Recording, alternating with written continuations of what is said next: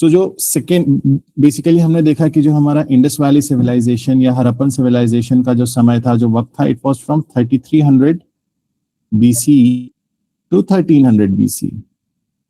अब जाहिर सी बात है, एक ट्रांजिशन फेज हमेशा होता है, ट्रांजिशन फेज आएगा और ट्रांजिशन फेज को हम समझते हैं। रफली ये जो पीरियड है ना 1500 BC से लेके 600 BC तक, ठीक है। तो इसमें आप एक कह सकते हैं कि 1500 BC से लेके 1000 BC तक का एक दौर है, और 1000 BC में इंपॉर्टेंट क्या है कि इंडस वैली में जब आप बात करेंगे तो आप कभी भी आयरन की बात नहीं करेंगे, क्योंकि आयरन जो है वो 1000 BC के आसपास दिखता है।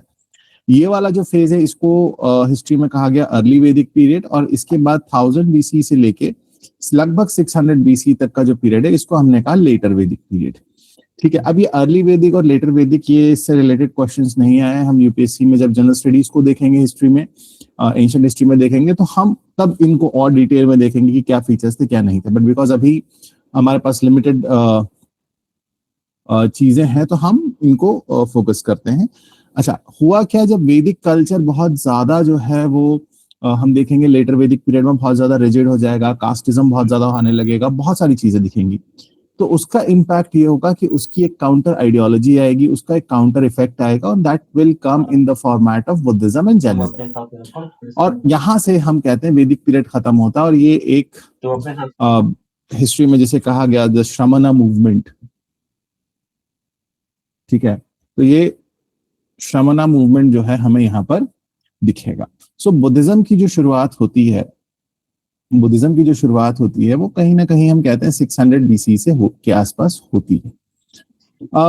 रफली ये जो टाइम पीरियड है जब बुद्धिज्म फैला, ऑल्दो बुद्धिज्म तो जो है वो आगे तक आज भी एग्जिस्ट करता है, हमेशा मिलता है, लेकिन जो इसका पीक टाइम था, जो इसका स्प्रेड का टाइम था, जो इसका पीक टाइम था, that was 6th century BC में हम देखते हैं। तो 600 से लेके 400 BC तक होता है, और ये एक रिलीजियस फर्मेंट था। श्रमणा मूवमेंट मतलब बेसिकली ये क्या था, ये एक रिएक्शन था अगेंस्ट रिचुअलिज्म, एक रिचुअल के अगेंस्ट, रिचुअल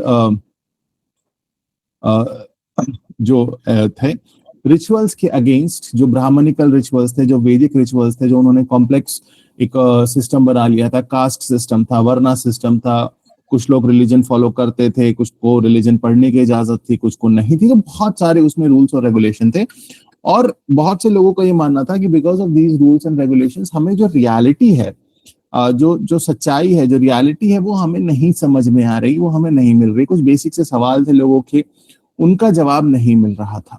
और यहीं पर जो है जैसे अगर आप द्विज नहीं है, द्विज यानी कि जो अपर कास्ट सो कॉल्ड हैं, यही टर्म यूज होता है, सो कॉल्ड अपर कास्ट है, वो आप अगर नहीं है तो फिर आपको जो है मोक्ष की प्राप्ति नहीं होगी, आप जो है रिलीजियस टेक्स्ट नहीं पढ़ सकते, आपके जो है, और आपके जन्म के बेसिस पे, आपकी बर्थ के बेसिस पे, आपके जन्म के आधार पे जो है आपका काम तय होता था, कर्म के आधार पे नहीं था। मतलब यदि कोई मंदबुद्धि बालक किसी ब्राह्मण के घर जन्म लेता था तो वो कहा जाएगा ब्राह्मण है, ये पढ़ेगा क्योंकि ब्राह्मण के घर पैदा हुआ है। उससे फर्क नहीं पड़ रहा है कि वो किस तरीके से वो मंदबुद्धि है नहीं है, या कोई वीक फिजिकली कहा जाए कि जो कमजोर है या जो फिजिकली डिसेबल्ड है, यदि वो किसी क्षत्रिय के घर जन्म लेगा, क्षत्रिय के घर पैदा होता था, तो माना जाता था कि यार ये तो क्षत्रिय बनेगा, उससे कोई फर्क नहीं पड़ता। तो मतलब जो समाज का जो माशरे का जो डिवीजन था, जो डिवीजन था, वो किसके बेसिस पे था? वो माशरे का डिवीजन जो है वो जन्म के आधार पे था, बर्थ के बेसिस पे था, कर्म पे नहीं था। और यहीं पर ये एक न्यू फिलोसॉफिकल अप्रोच आपको दिखती है जो हमें मिलती है कि यहाँ पर इन्होंने एक नए ट्रेडिशन की शुरुआत की। अच्छा, इसमें नए ट्रेडिशन की शुरुआत होती है यहाँ से। सिद्धार्थ गौतम खुद ये क्षत्रिय थे, क्षत्रिय क्लैन में आते थे, ठीक है, और इनका जन्म जो है लुम्बिनी नेपाल में है, 563 BC में, belong to the Shakya clan. ये सारे फैक्ट्स हैं, आपको ध्यान रखने हैं।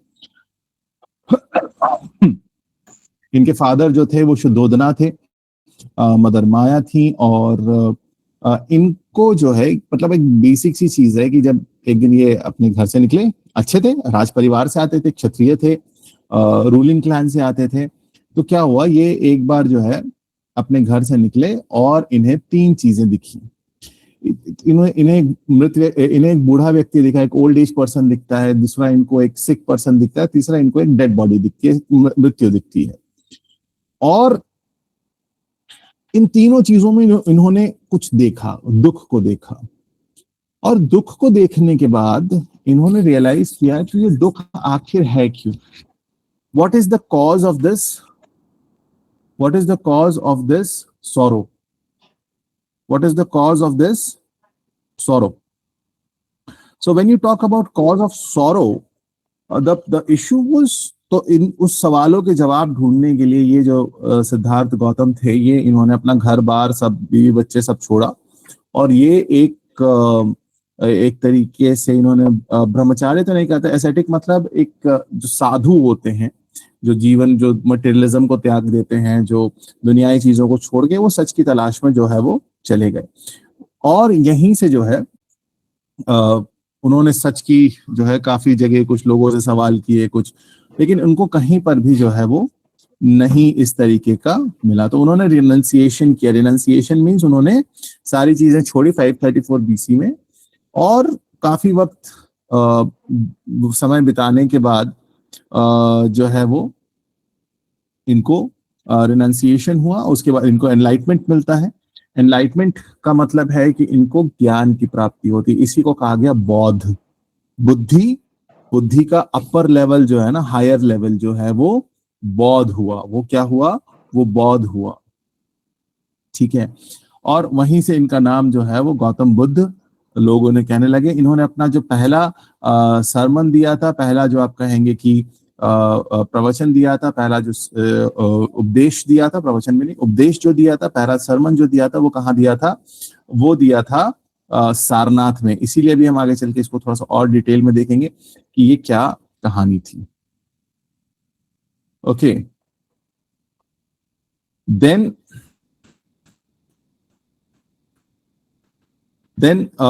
इसमें आपको तो कुछ चीजें जो ध्यान रखनी है एग्जामिनेशन पर्सपेक्टिव से। एक तो लोटस ध्यान रखना है, which is the symbol of purity and birth of Buddha. Bodhi tree को ध्यान रखना है, जिस पेड़ के नीचे जो है उनको एनलाइटमेंट प्राप्त हुआ। फिर dharma chakra and deer park symbolises first sermon at Sarnath, and stupa the symbol of Mahaparinirvana. और उसके बाद जो है वो महापरिनिर्वाणा, निर्वाणा मोक्ष की प्राप्ति, परिनिर्वाणा अपर ग्रेड ऑफ निर्वाणा, और बुद्धिज्म में लिबरेशन का जो हाईएस्ट लेवल है वो कहा गया महापरिनिर्वाणा।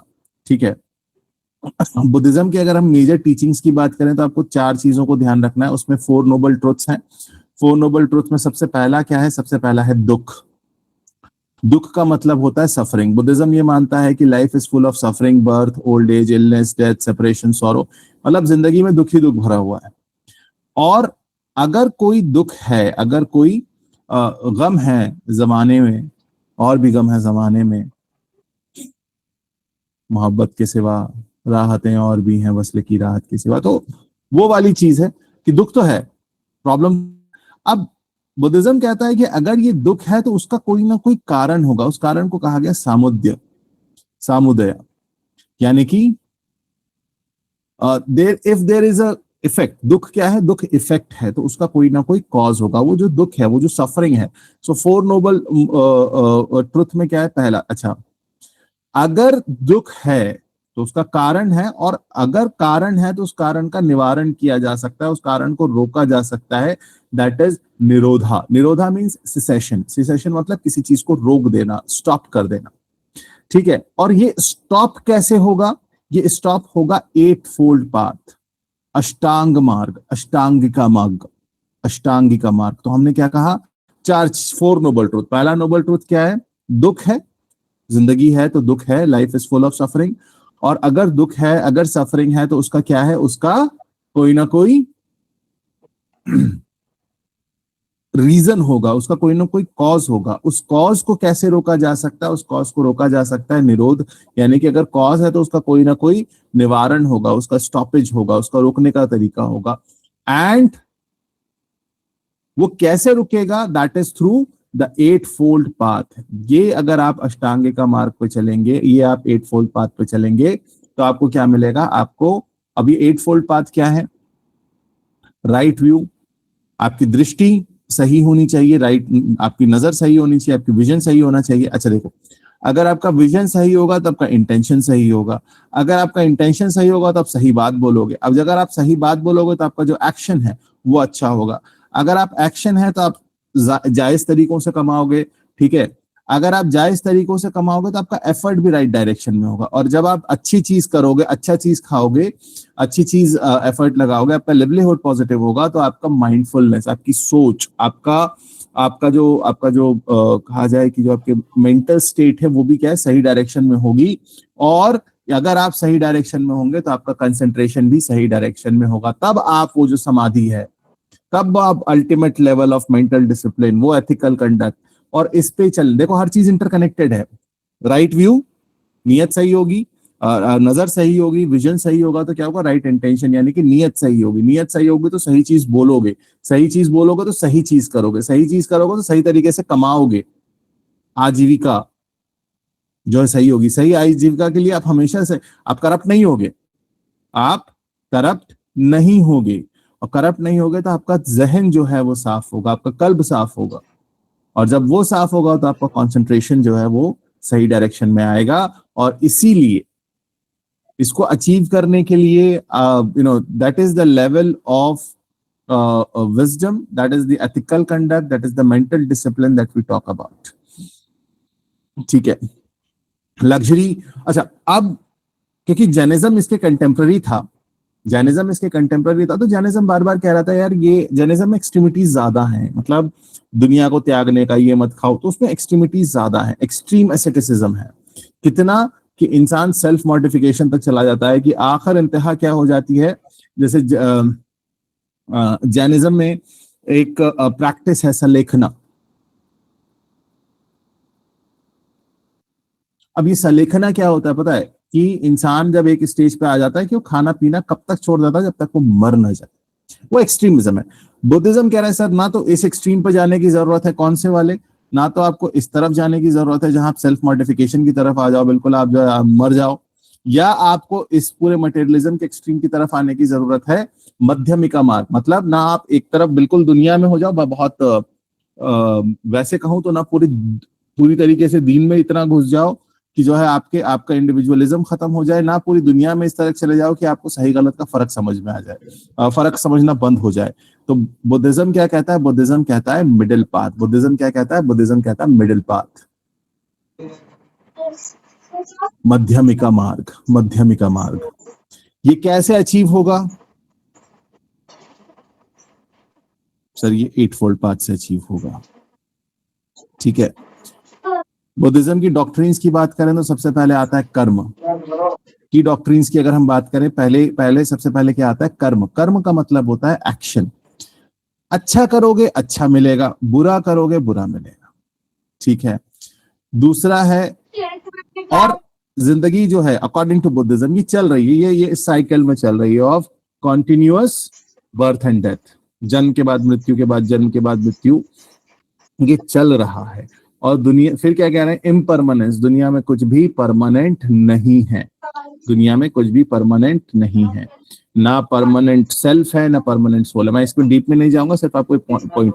तो बुद्धिज्म कहता है कि ये जो आप साइकिल में फंसे हो ना, यहाँ पे बर्थ और डेथ वाली साइकिल में जो आप फंसे हुए हो, ये बर्थ और डेथ की साइकिल से आप कब निकल सकते हो, जब आप निर्वाणा को प्राप्त करोगे, जब आप वो जो बर्थ डेथ क्यों है, कि उनका ये मानना है कि आपके हर जन्म में कुछ आपके ऐसे एक्ट्स हैं जो आपको अगले जन्म में तकलीफ देते, तो आज आपको जो तकलीफ मिल रही है उसका रीजन आज नहीं, उसका रीजन पहले कहीं छुपा है, और निर्वाणा या जो मोक्ष है या जो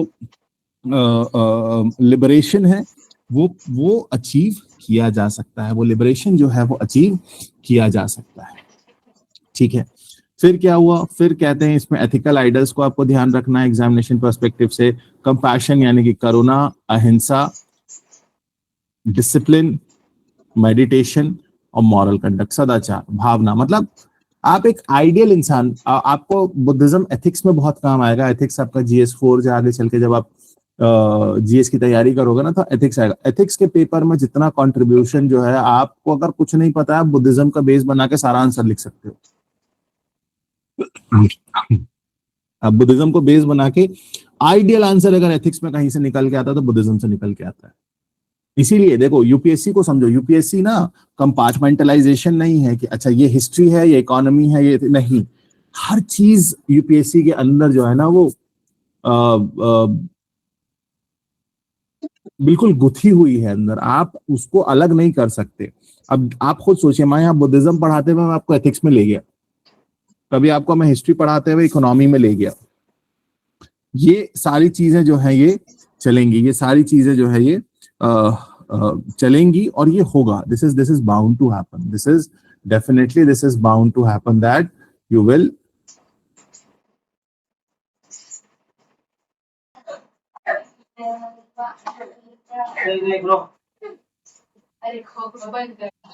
okay. Am I audible now? आवाज आ रही है सबको? ग्रेट।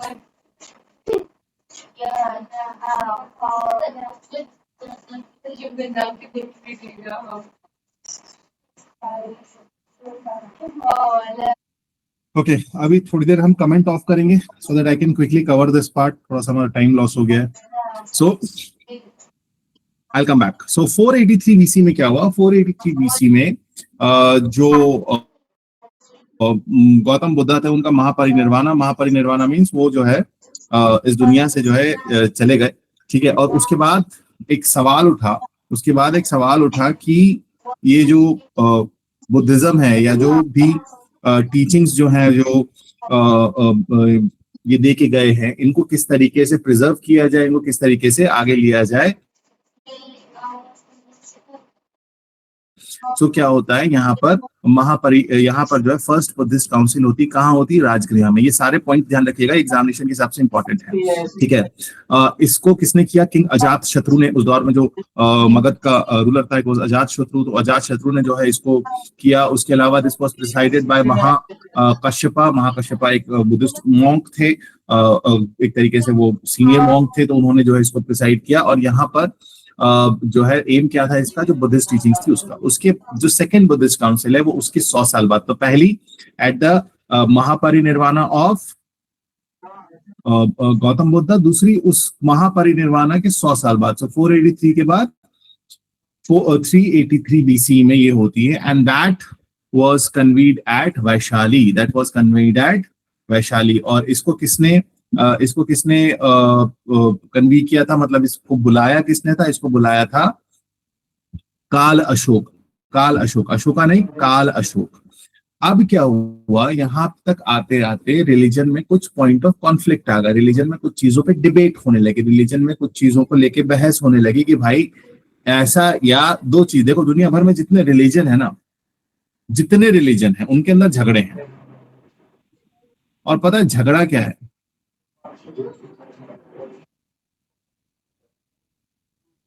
झगड़ा ये है कि जो रिलीजियस टेक्स्ट, जैसे यहाँ पे आप बुद्धिस्ट टेक्स्ट की बात करेंगे तो विनय पिटका, सुत्त पिटका, अभिधम्म पिटका, ठीक है।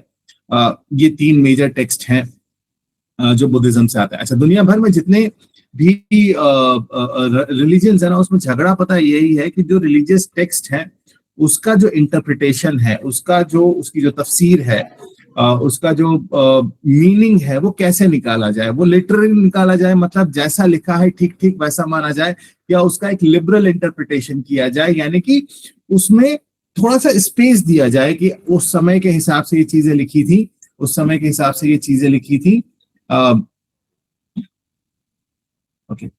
उस समय के हिसाब से चीजें लिखी थी, थोड़ा सा वक्त बदला है, समय बदला है, तो हमें इसे बदलना चाहिए, नहीं बदलना चाहिए, या उसका एक इजी मीनिंग निकालना चाहिए, एक ब्रॉडर मीनिंग निकालना चाहिए। और दुनिया भर के रिलीजन में झगड़ा यही चल रहा है, यही हुआ यहाँ आते आते तक, ठीक है। तो संघ के अंदर आपको दिखेगा कि जो दूसरी काउंसिल थी वहां पे पहली फूट पड़ी, पहली बार जो उनमें डिवीजन दिखा। और डिवीजन क्या दिखा कि यहाँ पर हमको दिखता है हीनयान और महायान, यानी कि अब बुद्धिज्म में डिवीजन हो गया। पहले गौतम बुद्ध थे,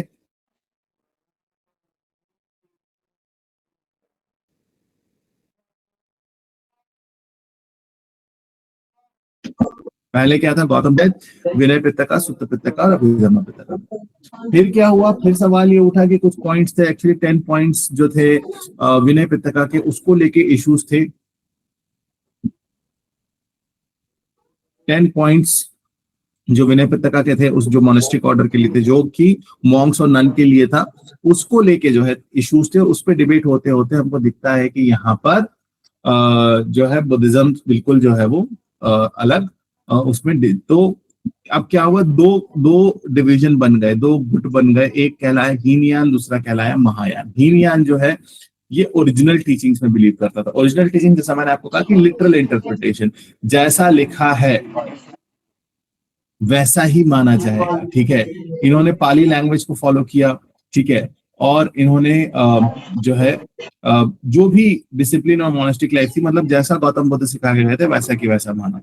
महायान ने जो है थोड़ा सा उसका लिबरल इंटरप्रिटेशन किया, मतलब उनका ठीक है, उन्होंने सिखाया वो उस समय के हिसाब से ठीक था। अब समय 100 साल से ज्यादा हो चुका है, अब चीजें बदल रही हैं, समाज बदल रहा है, माशरा बदल रहा है, and what we need to do now is हमें थोड़ा सा अपने अपने रिलीजन को स्पेस देना पड़ेगा, ठीक है। तो इन्होंने क्या शुरू कर दिया, इन्होंने संस्कृत को लेना शुरू कर दिया, जो कि उस समय नहीं था।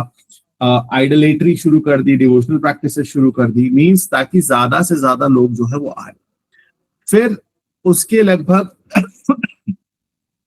और 125 साल बाद थर्ड काउंसिल होती है पाटलिपुत्र, आज का पटना, पाटलिपुत्र। और इस मीटिंग को किसने बुलाया, इस काउंसिल को किसने बुलाया, अशोक। ये वही अशोक है, ठीक है, एम्परर अशोक। इसको किसने प्रिसाइड किया, इसको प्रिसाइड किया मोगलीपुत्र तिस्सा। अच्छा, आप अशोका में हम पढ़ेंगे, आप आगे चल के पढ़ोगे। तो अशोक मोगलीपुत्र तिस्सा वही मॉन्क है जिसने अशोका को बुद्धिज्म में कन्वर्ट करवाया था। तो अशोका तो कलिंग वॉर लड़ रहा था, ठीक है, उससे पहले उसने हजारों लाखों लोगों को मारा था, और उसके बाद उसने कहा कि नहीं, अब मैंने बहुत मार लिया, now it is the time कि अब मैं जो है उसको realisation, I don't know what realisation हुआ, और उसको जो है वो बुद्धिज्म में कन्वर्ट होता है। तो यहाँ पर उस समय जो जिस मॉन्क ने अशोका को बुद्धिज्म में कन्वर्ट करवाया था, इट वाज मोगलीपुत्र तिस्सा। उसके बाद प्यूरिफिकेशन ऑफ संघा, मतलब संघ के अंदर जो इनका ये मानना था कि जो संघ है, मतलब जो मोनास्टिक ऑर्डर है, जो उसके अंदर बहुत ज्यादा जो है करप्शन आ गया, इसको क्लीन करना पड़ेगा। और यहाँ से आपको दिखेगा कि बहुत सारे जो है, ये देखिए यहाँ से जो है बहुत सारे यहाँ पे हुआ पटना में, पटना यहाँ है, और यहाँ से जो है बहुत सारे ऐसे मोनास्टिक ऑर्डर्स, टीम्स निकली जिन्होंने अलग अलग जगह बुद्धिज्म को फैलाया। एक चीज ध्यान रखिएगा, अशोका कौन सा बुद्धिज्म फॉलो करता था, ये सवाल अक्सर एग्जाम में आ जाता है। अशोका जो है वो हीनयान बुद्धिज्म फॉलो करता था। अशोका कौन सा बुद्धिज्म फॉलो करता था, अशोका हीनयान, एक सेकंड,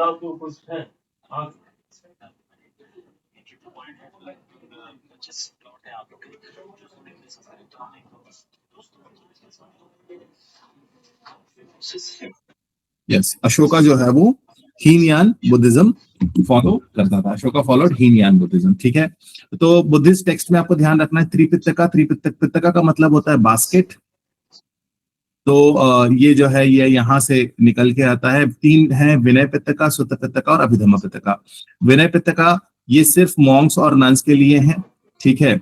सुत्त पिटका ये जो है ये बाकी जो discourses of Buddha, sermons on ethics, wisdom, और ये है। और अभिधम्म पिटका बेसिकली जो यहाँ पे टीचिंग्स है उनका इंटरप्रिटेशन है, आप इसको बस नहीं ध्यान रखिएगा।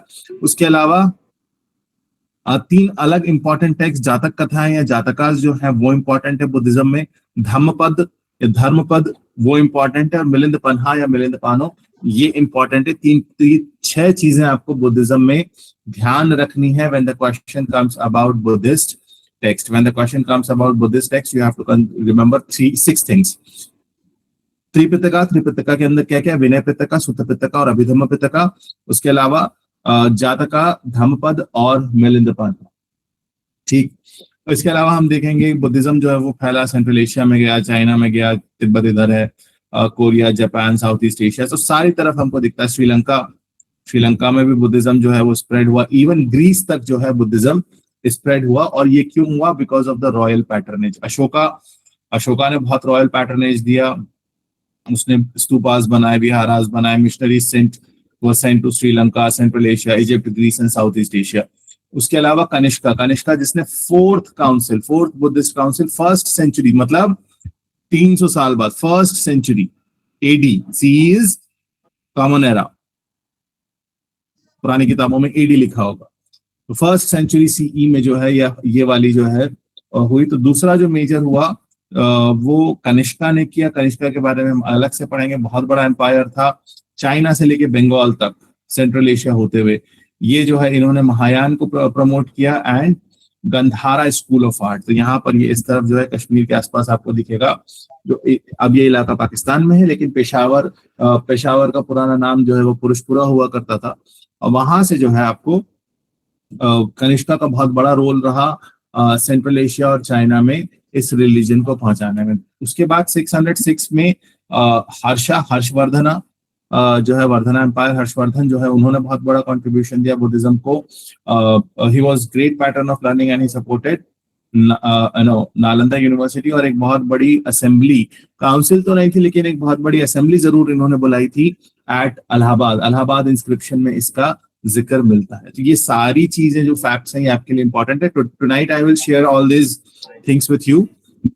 सो हमें क्या क्या ध्यान रखना है, काउंसिल्स के बारे में ध्यान रखना है कि कौन सी काउंसिल जो है वो हुई।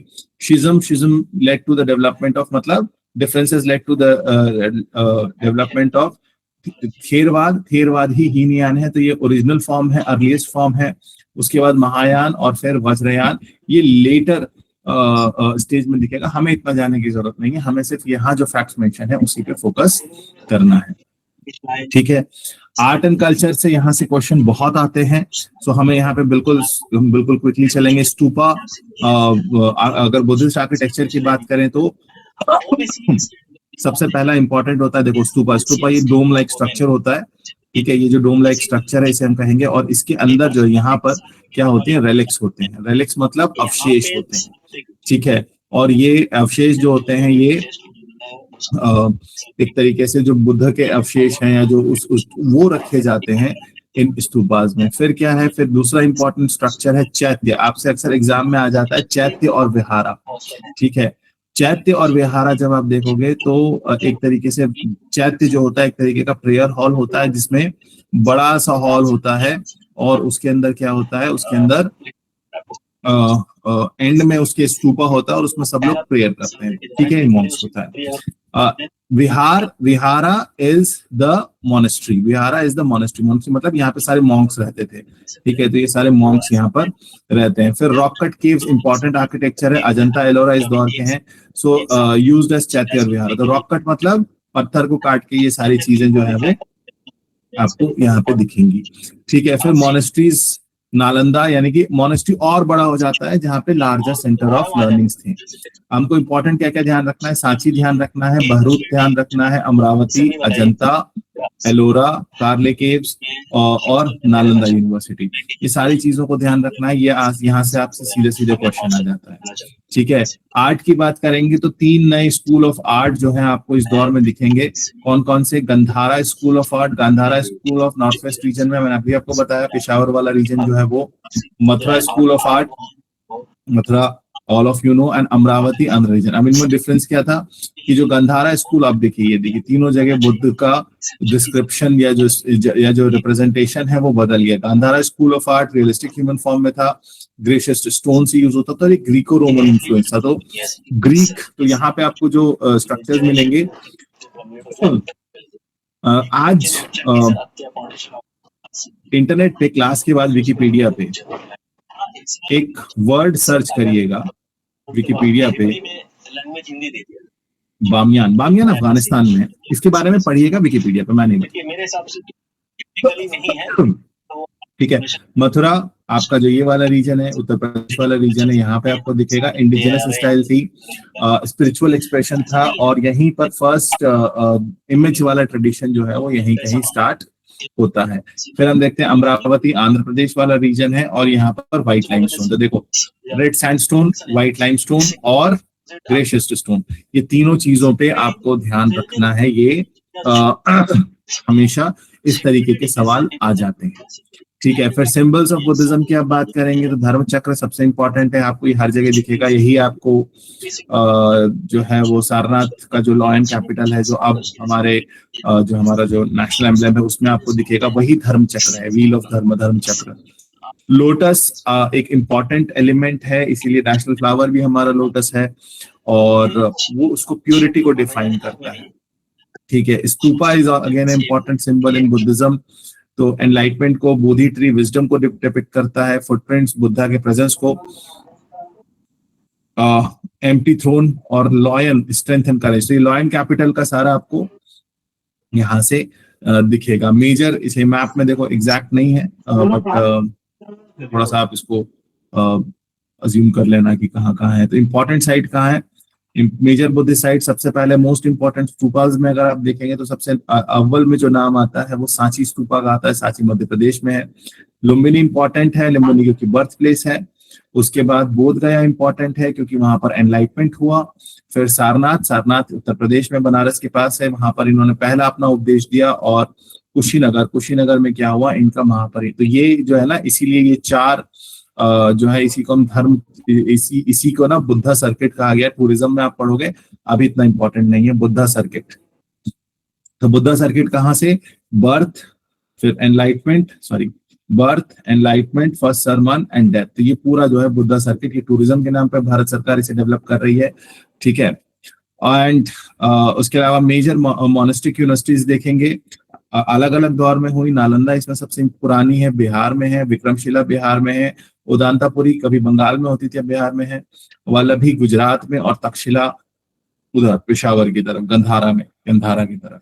ठीक है। तो हमें किन किन चीजों को ध्यान रखना है, फोर नोबल ट्रुथ्स को ध्यान रखना है, एट फोल्ड पाथ को ध्यान रखना है, उसके अलावा काउंसिल्स को ध्यान रखना है कि चार चार काउंसिल्स कहाँ कहाँ हुई, कौन कौन से सेक्ट है, थेरवाद, थेरवादी हीनयान है, महायान और वज्रयान। त्रिपिटका इंपॉर्टेंट है। ये जैसे हिंदुज्म में वेद है, जैसे बाइबल है, वैसे ही बुद्धिज्म के लिए जो है विनय पिटका, सुत्त पिटका और अभिधम्म पिटका, मतलब ये इनके रिलीजन के सबसे इंपॉर्टेंट टेक्स्ट हैं। ग्रेटेस्ट पैटर्न ऑफ बुद्धिज्म में अगर आप करेंगे तो तीन नाम आते हैं, अशोका का नाम आता है, कनिष्का का नाम आता है और हर्षा का नाम आता है। ठीक है। स्तूपा चैत्य विहारा का डिफरेंस, स्तूपा क्या है, रेलिक श्राइन है। चैत्य क्या है, प्रेयर हॉल है। और विहारा क्या है, मॉन्क का रेसिडेंस है। और गंधारा वर्सेस मथुरा या अमरावती, ये हमने देखा। This was about Buddhism. Any question till this point? I'll request अगर chat section open हो जाए, अगर किसी को कोई question है, most welcome.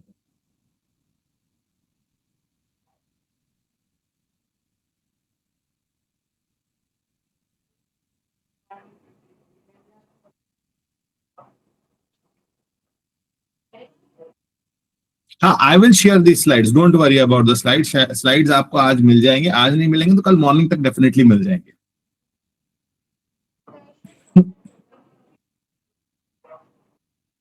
Don't worry about the slides, वो हटा दो, शेयरिंग वाला हटा दो। सवाल पूछो जो एग्जाम के पर्सपेक्टिव से है, जो चीज समझ, कोई चीज समझ में आई नहीं आई, ask me that. Don't worry about the slides.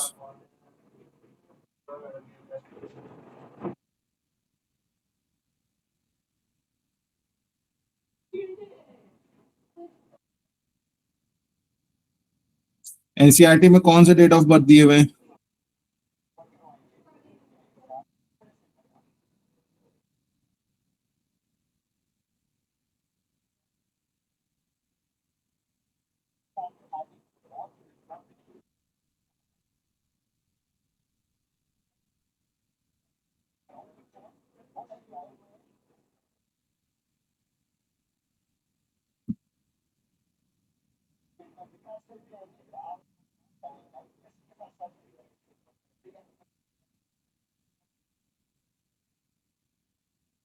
563 BC is okay.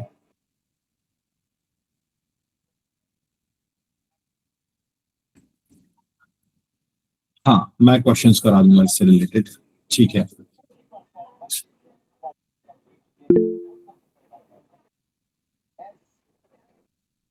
Yes yes, आप सीधे क्वेश्चन पूछ लीजिए। Yes, any any question which is,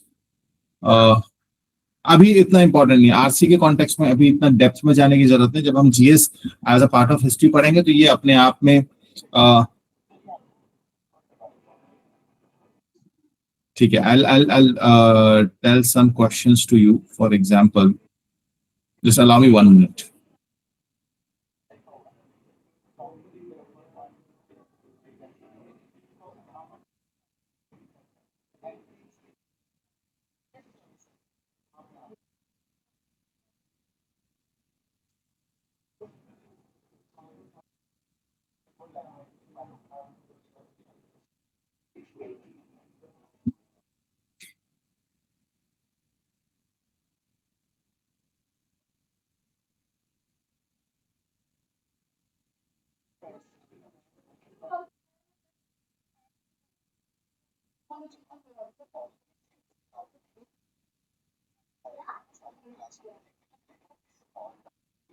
yes, Buddhism.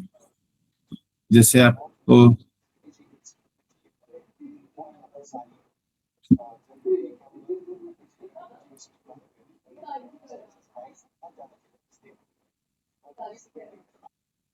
Tell me true और फॉल्स, आपको ये वाली स्क्रीन दिख रही है?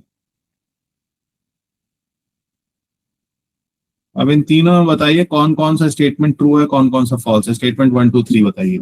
आपको सिर्फ ट्रू और फॉल्स बताना है।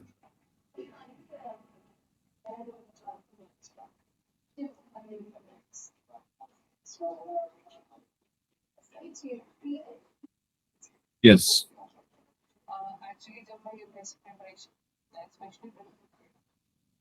क्वेश्चन सामने है, बताइए। ट्रू और फॉल्स के कॉन्टेक्स्ट में बताइए कौन सा स्टेटमेंट ट्रू है, कौन सा स्टेटमेंट फॉल्स है।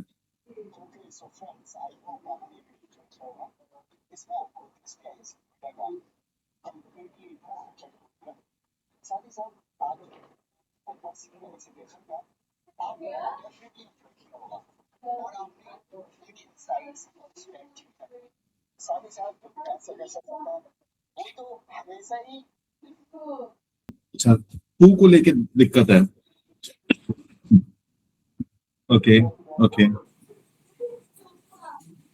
सर क्वेश्चन शो नहीं हो रहे हैं स्क्रीन पर। क्वेश्चन शो नहीं हो रहा है screen? Yes sir. Yes sir. अपने स्क्रीन पिन कर लो भाई, अपने स्क्रीन पिन कर लो एक बार। क्वेश्चन तो आ रहा है। अभी आ रहा है।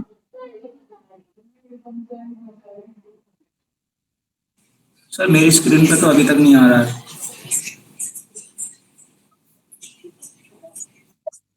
थोड़ी ज्वाइन करो, आ जाएगा शायद।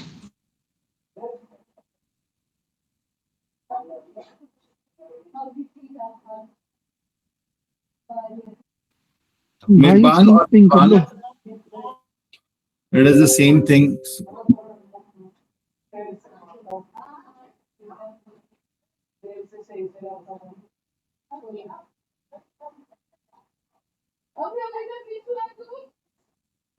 ओके ओके सर, अब शो हो रहा है। जल्दी से जवाब भी बता दो जब शो हो रहा है तो।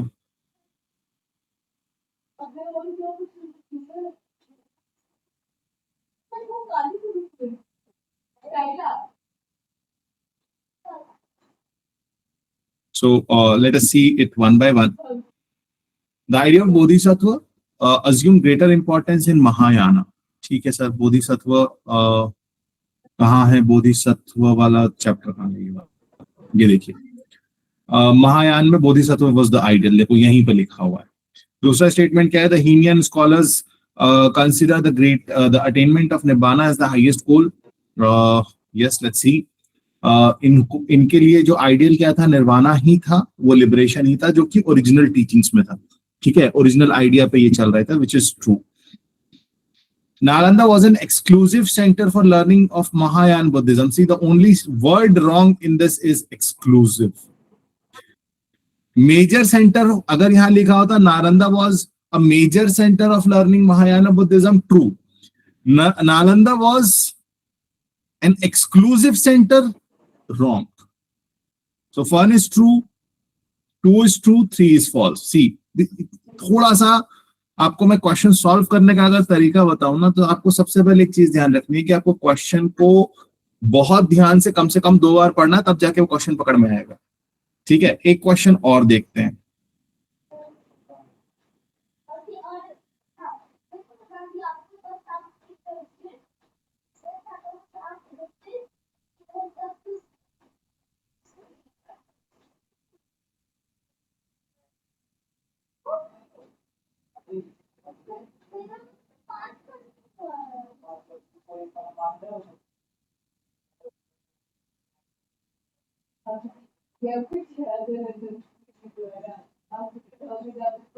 देखकर ऐसा लगा जैसे कि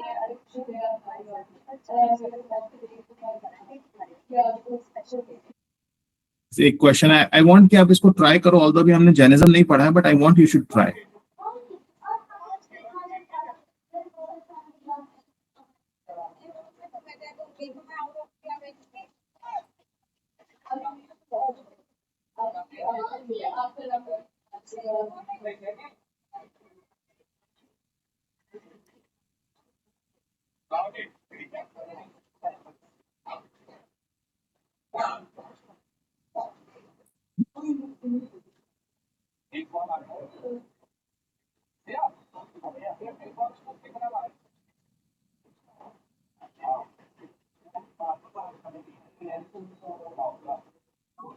Yes. There are multiple options. It could be 1, 2, 3, 4, 1 or 2, whatever.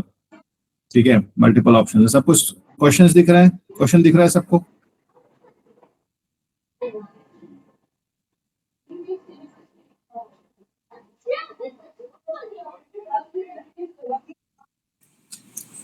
Sir third is fall, बाकी सर पहला और दूसरा और चौथा सर आप कमेंट करेंगे, दैट वुड बी बेटर। कामिल आप अगर कमेंट करेंगे, दूसरे से जवाब दे रहे हैं, आप कमेंट करिए, दैट वुड बी बेटर। जी sir.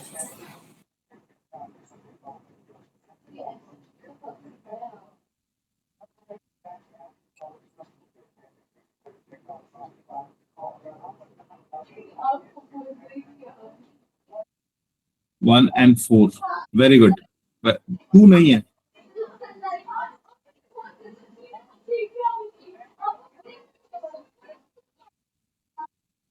One and four are correct. देखो बन रहा है क्वेश्चन, अभी तो आपने जर्नलिज्म पढ़ा भी नहीं और आपसे क्वेश्चन बन रहा है। This is how you have to deal with the questions. Okay, let's move on. Questions का नेचर समझ में आया कैसे आएगा? पेशेंस के साथ पढ़ोगे, 2 बार क्वेश्चन पढ़ोगे, ऑटोमेटिकली आंसर मिलना शुरू हो जाएगा। Yes, Buddhism, always remember, Buddhism does not believe in existence of God. ठीक है, ध्यान रखिएगा, Buddhism does not believe in existence of God. Buddhism बिल्कुल उस चीज में यकीन नहीं करता था। बुद्धिज्म एग्जिस्टेंस ऑफ गॉड में यकीन नहीं करता था। You should always no. 2, क्योंकि वो था ही नहीं ना, वो मानते ही नहीं थे। वेरी गुड यार, पढ़ के आने का देखो ये फायदा होता है। गुड, अब आगे बढ़ते हैं। जैनिज्म, ठीक है, जैनिज्म से पहले अशोका को पढ़ लेते हैं, फिर हम जैनिज्म पे आएंगे। सो हमने देखा कि Ashoka was an important element, important king, जिसने बुद्धिज्म के स्प्रेड में बहुत बड़ा रोल प्ले किया। कौन से उसका था? अशोका वाज मौर्यन एम्परर, मौर्य साम्राज्य का राजा था। And he was grandson of Chandragupta Maurya and son of Bindusara. 268 to 232 BC के आसपास जो है वो इसका शासन रहा। 268 से लेके 232 बीसी के आसपास जो है इसका शासन रहा। वो थर्ड रूलर, ये सब चीजें ध्यान रखना। अशोका के टाइम पे मौर्यन एम्पायर जो है वो अपने पीक पे था। इसका सबसे इंपॉर्टेंट एलिमेंट सेंट्रलाइज्ड एडमिनिस्ट्रेशन था। इसीलिए आप एक चीज देखोगे, अशोका की जब हम बात करते हैं, जब हम मौर्यन की बात करते हैं, तो पहला ऐसा आप कहोगे यू नो किंग है या एम्पायर, जहां पे हम वर्ड एम्पायर, इससे पहले भी डायनेस्टीज ने रूल किया। ठीक है, हरियंका डायनेस्टी ने रूल किया, शिशुनाग डायनेस्टी ने रूल किया, उसके बाद नंदा डायनेस्टी ने रूल किया, लेकिन हम वहां पे डायनेस्टी वर्ड यूज करते हैं। पहली बार जो एम्पायर वर्ड है ना, वो यहाँ पे आता है, अशोका या मौर्यन साम्राज्य के लिए आता। साम्राज्य जो है वो, ये देखो, इतना बड़ा साम्राज्य था, इतना बड़ा एम्पायर था। ठीक है, अब मैं उस कहानी में नहीं जा रहा। ठीक है, कि वो क्या हुआ, अशोका ने बहुत कुछ कॉन्कर किया। उसके बाद उसने जो मेजर कॉन्कर किया वो क्या था? वो था कलिंगा वॉर के बाद जो है उसको रियलाइजेशन हुआ। उसने क्या किया, फिर उसने चीजों को बदला, मतलब कॉन्केस्ट और एक्सपेंशन को बदला धम्म और कंपैशन से। ठीक है, भेरी घोष को बदला धम्म घोष से, ग्लोरी थ्रू पावर को बदला ग्लोरी थ्रू राइटियसनेस। मतलब उसने अपने पूरे जो है वो तरीके बदल दिए। कलिंगा वॉर कब हुआ? कलिंगा वॉर हुआ 261 बीसी में। ठीक है, अशोका से जो क्वेश्चन आता है वो यहां से आता है। अब चाहे यूपीएससी पूछ रहा हो, चाहे वो आरसी कोई पूछ रहा हो, क्वेश्चन यहीं से आता है। वो क्वेश्चन यहीं से आता है। This is very important.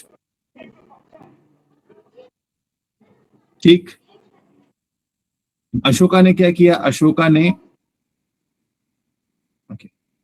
ने क्या किया? अशोका ने धर्म को जो है वो जो है वो फॉलो किया उसको, जो है। तो धर्म क्या है? Ethical code, not narrow sectarian. धर्म जो है वो ब्रॉडर टर्म है।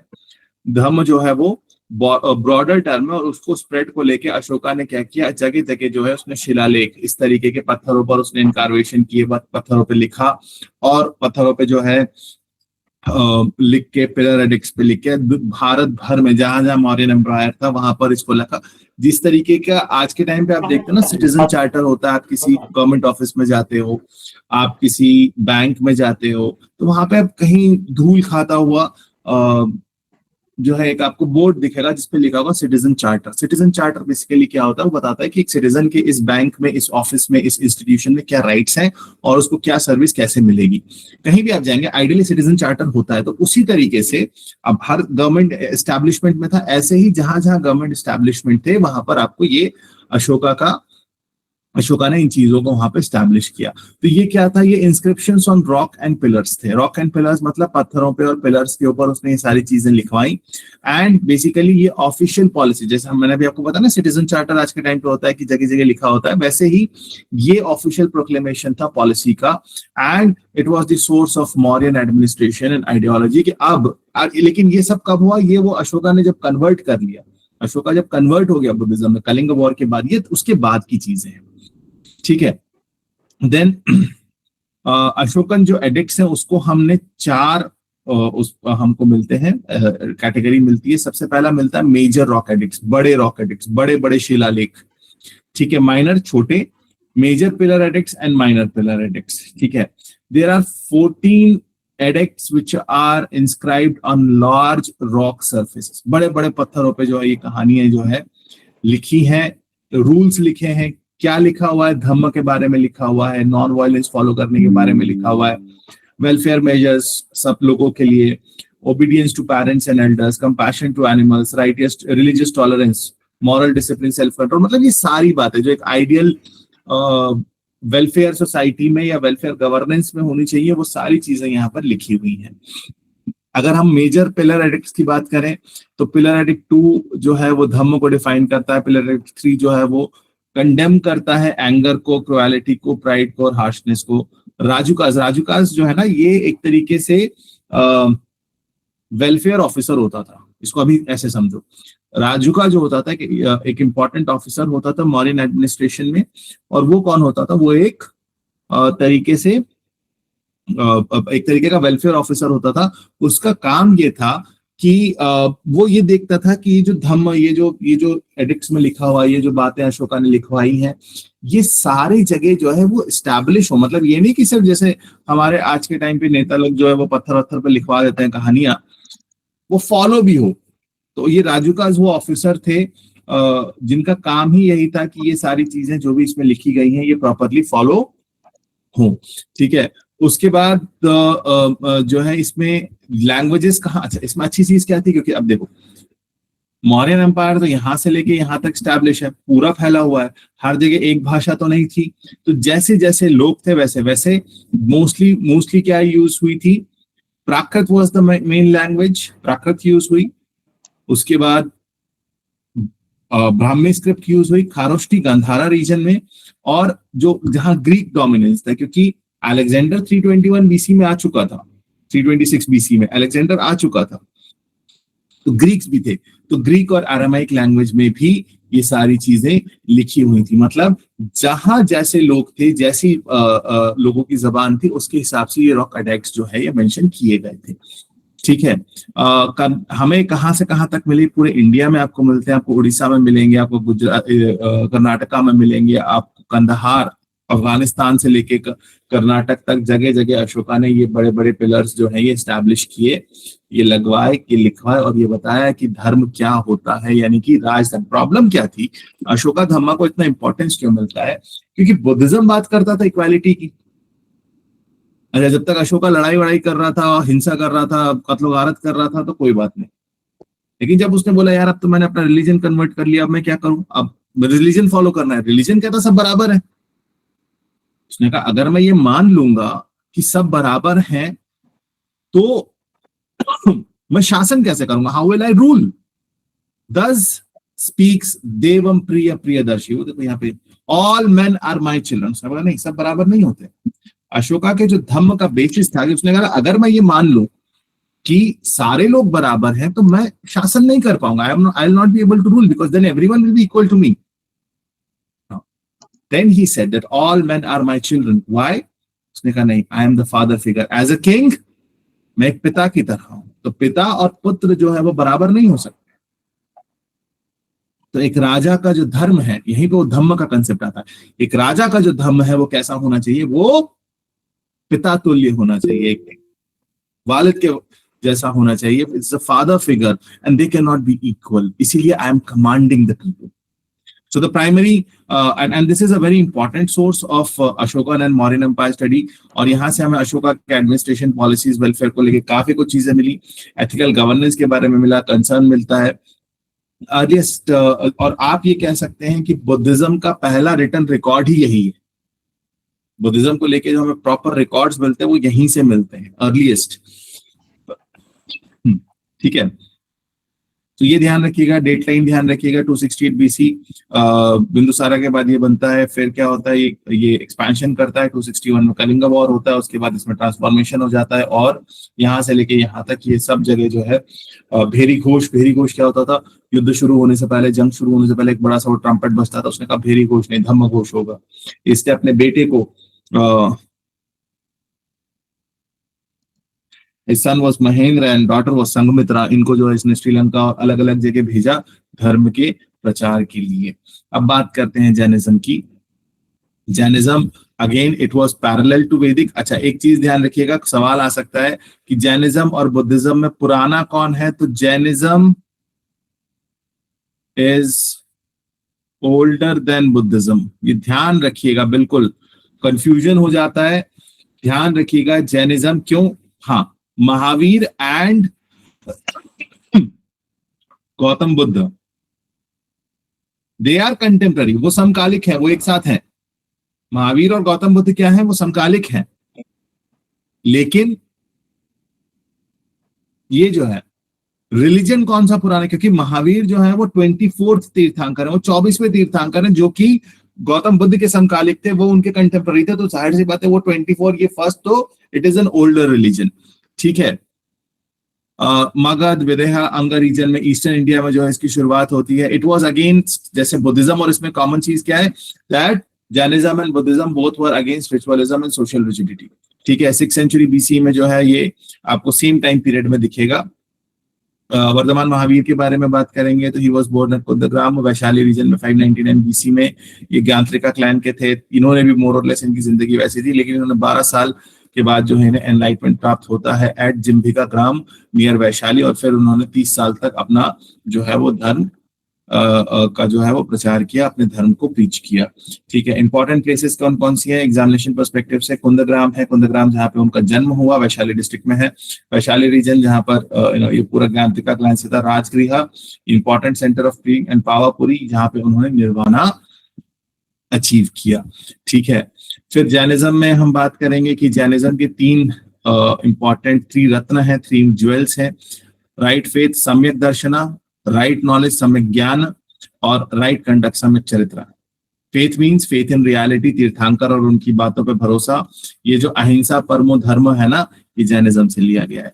जैनिज्म में आप कह सकते हैं कि बहुत से ऐसे फीचर्स हैं जिसको यूज किया गया है. गांधी जी की फिलॉसफी में आपको बहुत मिलेगा, गांधी के उसमें बहुत मिलेगा, लेटर हम देखेंगे.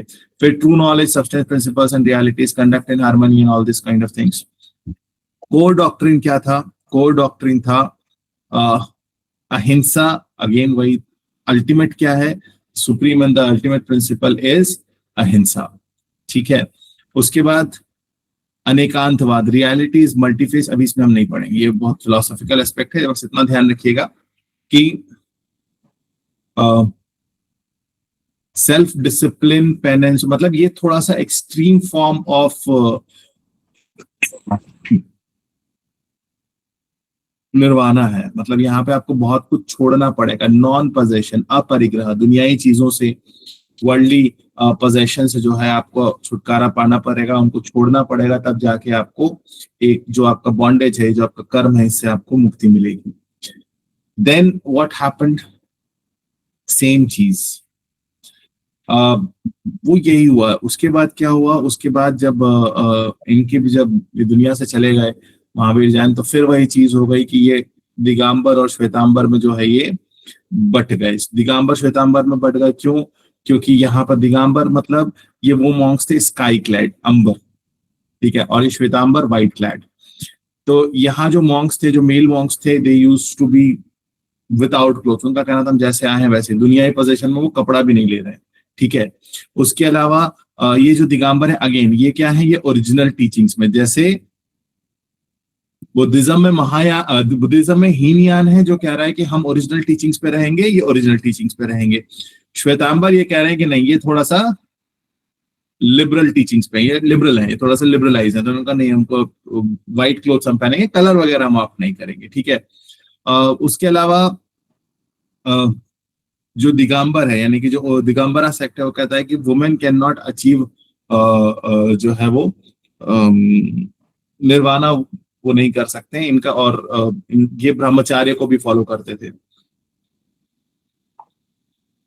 ठीक है। तो ये अहिंसा को भी फॉलो करते थे, अपरिग्रह को भी, अस्तेय को भी, और ब्रह्मचार्य को भी। तो ब्रह्मचार्य को जो है ये श्वेतांबर फॉलो नहीं करते थे। उनका नहीं, वुमेन कैन अचीव मोक्ष, आप पारिवारिक जीवन में रह के मोक्ष की प्राप्ति कर सकते हो, ठीक है। आपको क्वेश्चन क्या आ सकता है, क्वेश्चन आ सकता है इनके नेचर पे, तो ये आपको यहाँ पे स्क्रिप्चर्स को ध्यान रखना है। दूसरा, ये एरिया पे क्वेश्चन आ सकता है, ठीक है, कि सेक्ट कहाँ पे है। आज के समय पे कर्नाटका, तमिलनाडु, मध्य प्रदेश, महाराष्ट्र में आपको दिगंबर दिखेंगे, और गुजरात, उत्तर प्रदेश, राजस्थान वाले रीजन में आपको श्वेतांबर दिखेंगे, ठीक है।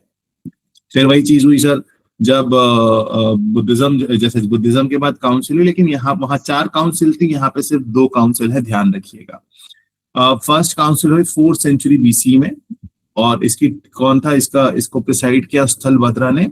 और यहाँ पे टीचिंग्स कैसे, किस तरीके से जो महावीर जैन उनकी टीचिंग्स है उसको कैसे आगे बढ़ाया जाए, और उस पे काम हुआ।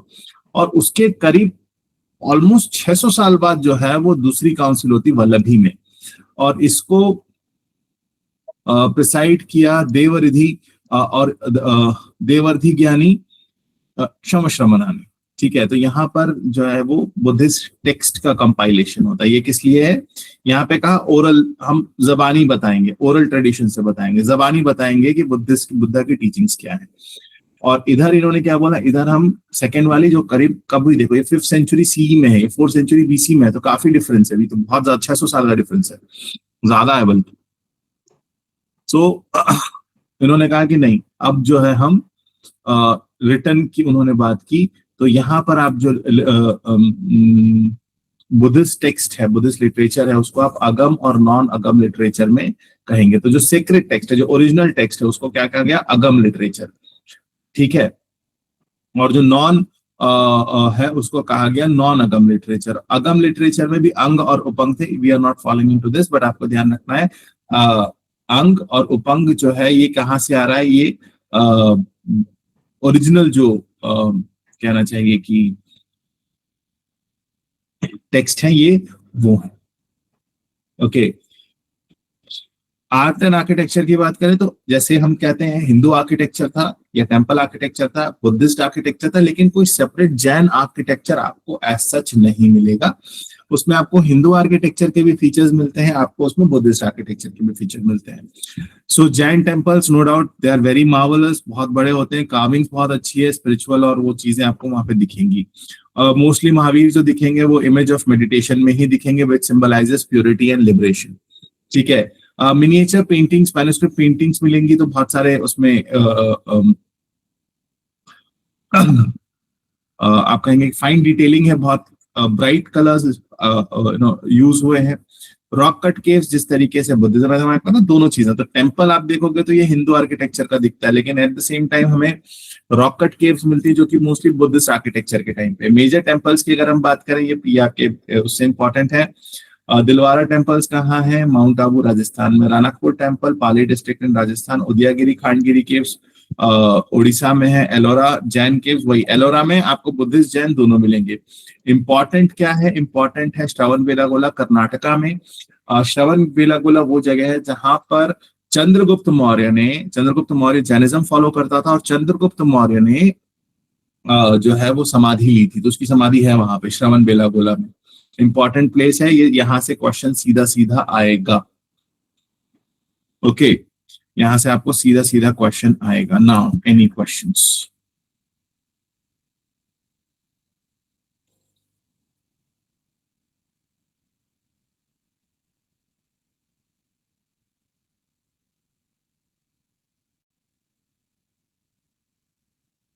ये सब कहाँ से पढ़ना है? ये प्रोवाइड कर दूंगा बेटा, इसी से पढ़ लेना, बहुत है।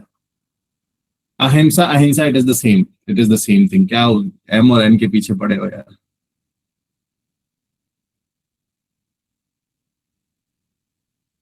बेटा याद ही तो नहीं करने हैं। जी हाँ, चंद्रगुप्त ने से लिखना प्रैक्टिस किया था। याद नहीं करने, समझने। देखो यही यूपीएससी में, अगर देखो एक चीज बताओ यार, सॉरी, यूपीएससी को वाकई अगर ना पढ़े लिखे लोग चाहिए होते ना, सही बता रहा हूँ, वो क्या करते पता है? वो आप लोगों से कहते कि भाई साहब ऐसा है कि टॉपर लोग आ जाओ, बाकी लोग रहने दो। ठीक है, तो ऐसा नहीं करना है। ठीक है, समझने पे आ, सबसे पहले अभिलेख तो आपको इंडस वैली के टाइम के मिल जाएंगे। हाँ, definitely you can use for films, anyone can use it. Is कोई आप ही लोगों के लिए बेटा ये।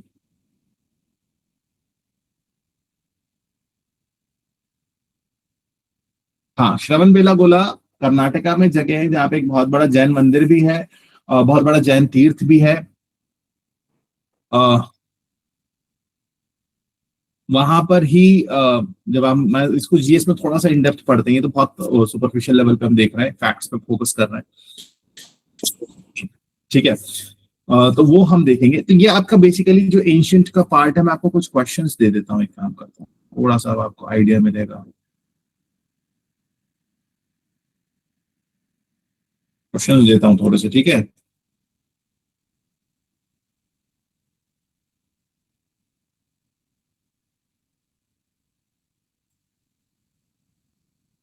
टेल मी ट्रू और फॉल्स।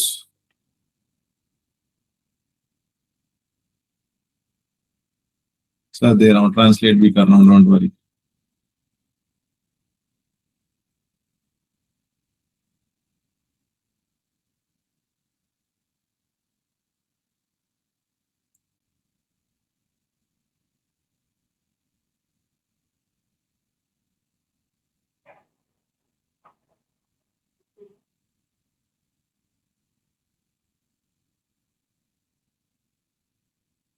ट्रू और फॉल्स बताइए।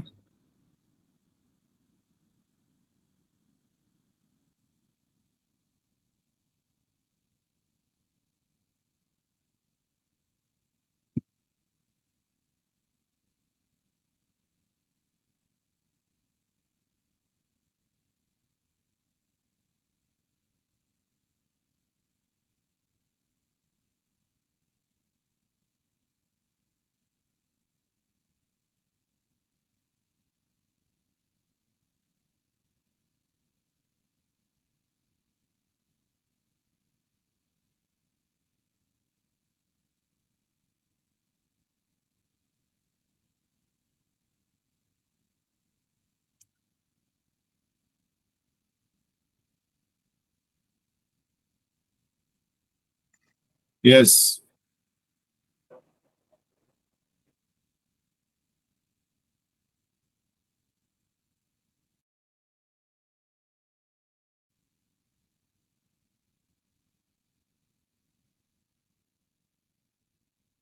Which of the following statements are true about Harappan civilisation? सामने लिखा हुआ है, ट्रू और फॉल्स बताओ इसमें भी जल्दी से।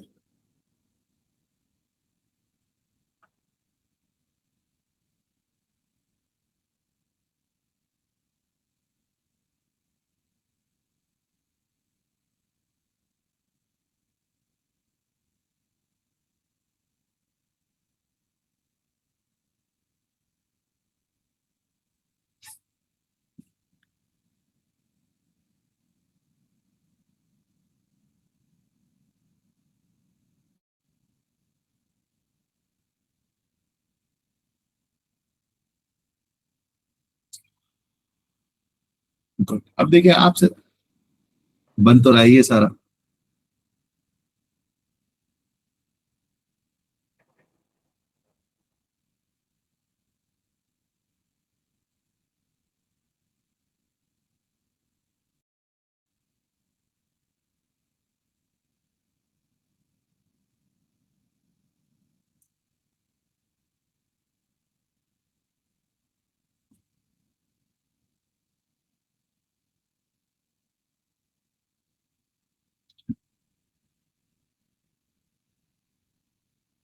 All are correct. ये 2 और 3 वाले कौन है भाई?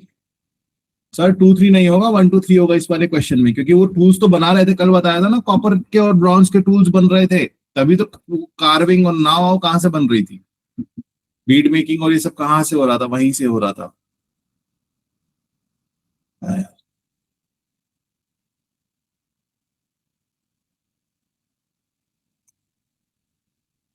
इस वाले में क्या किया सबने?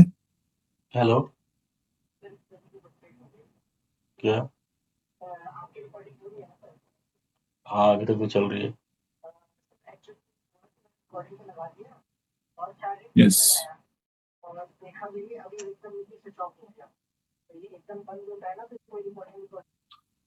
cities followed grid pattern. True, Dholavira differed from other side. True, advanced drainage ठीक है, system ठीक है। existed. True, urban planning was well developed. सब हाँ, करेक्ट है। देखो रिकॉर्डिंग तो हो रहा है।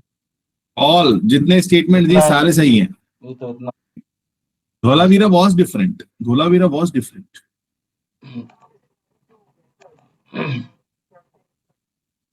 वाटर मैनेजमेंट सिस्टम की बात करते हैं ना, तो धोलावीरा was different. ठीक है, तनीर सर इसमें मैं 2 चीजें करूंगा, बिकॉज हमारे पास टाइम लिमिटेड है। जी सर, बोलिए ना। ये वाली पीपीटी के साथ ना मेडिवल का जो पीपीटीज है ना, दिल्ली सल्तनत और मुगल एम्पायर की, वो भी मैं साथ में दे दूंगा, ठीक है, जिससे ये लोग पढ़ ले, बिकॉज मेडिवल से क्वेश्चंस बहुत लिमिटेड है। और हम कल फिर मॉडर्न वाला पार्ट स्टार्ट कर लेंगे, क्योंकि वहां थोड़ा सा ज्यादा पढ़ना है, क्वेश्चन उधर से ज्यादा आ रहे हैं। ठीक है सर, कल 9 बजे शार्प हम शुरू करेंगे क्लास को। लेट हो गया, इंशाल्लाह कल इसको बिल्कुल 9 बजे है ना। हाँ। सो मैं आपको एंशिएंट प्लस मिडिवल का कंटेंट प्रोवाइड कर देता हूँ, उसके बाद आप बच्चों से शेयर कर दिएगा, और फिर हम कल मॉडर्न स्टार्ट करेंगे। तो ये हमारा मिडिवल कंप्लीट हो गया क्या? एंशिएंट कंप्लीट हो गया? एंशिएंट हो गया। एंशिएंट जो मतलब मेजर क्वेश्चंस आ रहे हैं, 80 to 85% क्वेश्चंस जो पिछले 5 सालों के थे, वो वाले टॉपिक्स हमने कवर कर दिए। ठीक है सर।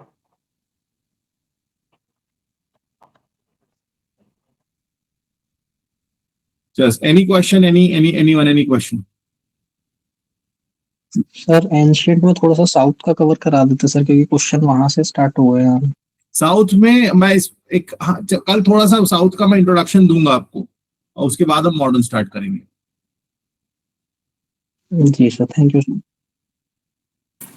सर विजयनगर का इसमें कोई रोल होगा साउथ की साइड में? विजयनगर मेडिवल में वो मैं बता दूंगा, मैं कंटेंट दे दूंगा उसका। Okay sir.